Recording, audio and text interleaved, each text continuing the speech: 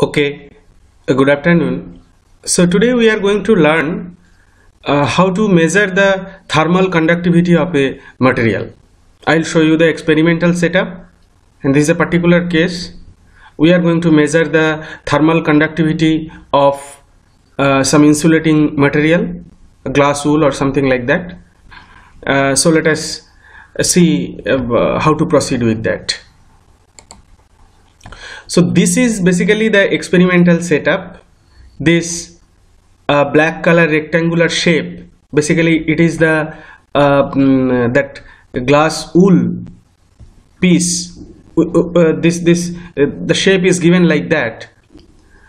In case of solid substrate, it's very easy. You can take any shape.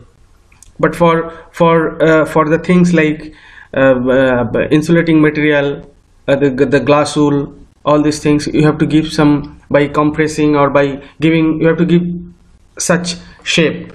Okay, but while you are giving the shape, that time you should be very careful that the density of the material is kept constant, otherwise the insulation property of the material will differ. Okay, so this red color, these coils are basically here. These are the heaters. This is the phase. This is the phase. Just 1 minute.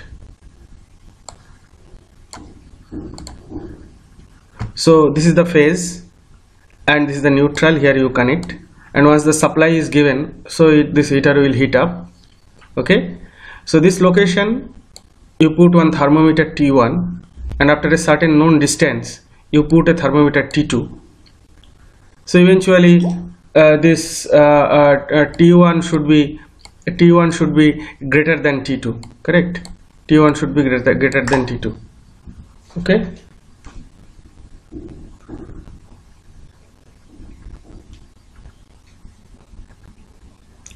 And here in the on the other end, this is a cooling jacket. So this is the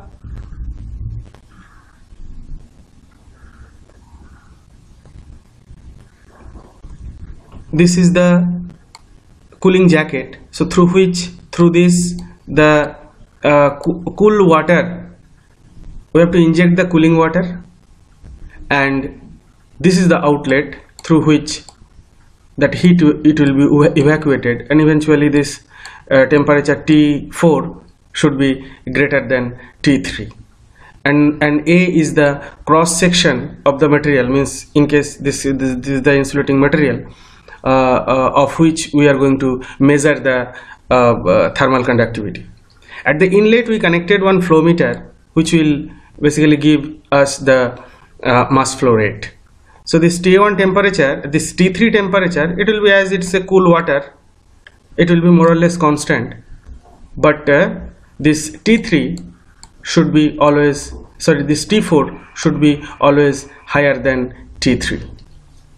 So once you start switch on the heater, what will happen? Gradually this T1, T2 and T4, it will, and one more thing, this entire setup should be packed, this green color enclosure, this is another insulating material whose insulation property is much higher than the substrate of which we are going to measure the thermal conductivity. That means I mean to say that throughout the experiment, the heat loss, that there should not be any leakage of heat flux, then we may get some erratic result. Okay, so here what are the things to be known? So what I was telling, when this you switch on the heater, gradually this T1, T3 and T4 will increase, and after a certain time it will reach the steady state. So you have to wait. Every 5 minutes you take the reading, and after a certain period, say first, this is if this is the time axis and this is the temperature axis, you can take any one of the temperature T1, T2 or T4. So first it will gradually increase, and after certain time this curve will become flat. So that means the steady state reach. Okay, we achieved the steady state. So till that time every 5 minutes or 1 minute or 2 minutes interval start to note down the temperature readings. Okay, T1, T2, T3 and T4. Naturally this T1, T3 will be constant, and also set a mass flow rate. This through the flow control valve you can fix the flow, because if your heat evacuation is high, then it will be very quickly it will reach steady state. So after reaching the steady state, we note down all the value of T1, T2, T3, T4, X and A. These, and at the mass flow rate, say the mass flow rate is m dot. So these are the things will be required for the calculation. Now I am going to calculation part. So during the conduction, the heat transfer rate is Q is equal to, this is the Fourier's law, minus Ka dt by dx. So from the experimental result, this dt is equal to, if you remember the earlier figure, so that is T1 minus T2. Okay, and this dx is the distance between this thermometer T1 and T2. In place of thermometer we can put RTD, thermocouple, whatever may be. So that is x. And we know the value of cross section of the substrate of which we are going to measure the thermal conductivity, which is A. Now if I put, so Ka T1 minus T2 divided by x. So now, so this is through the thermal conduction at steady state. This is the equation as per the Fourier law. Now the heat evacuation rate, the rate which is it's getting cooled. Okay, so this is the heat conduction rate, and through which it is getting cooled. So that is basically, or you can think the total enthalpy, that H is equal to mass into specific heat into delta T. So in this case, this is the temperature which is that water is evacuating the temperature. So that is basically delta T is equal to T4 minus T3 at steady state. Okay. Now the heat evacuation rate through convection, or whatever you can tell, that is equal to H by T. H by T is equal to M by T into S into T4 minus T3. And this is nothing but the heat transfer rate, and this is nothing but the mass flow rate which we will get from the flow meter.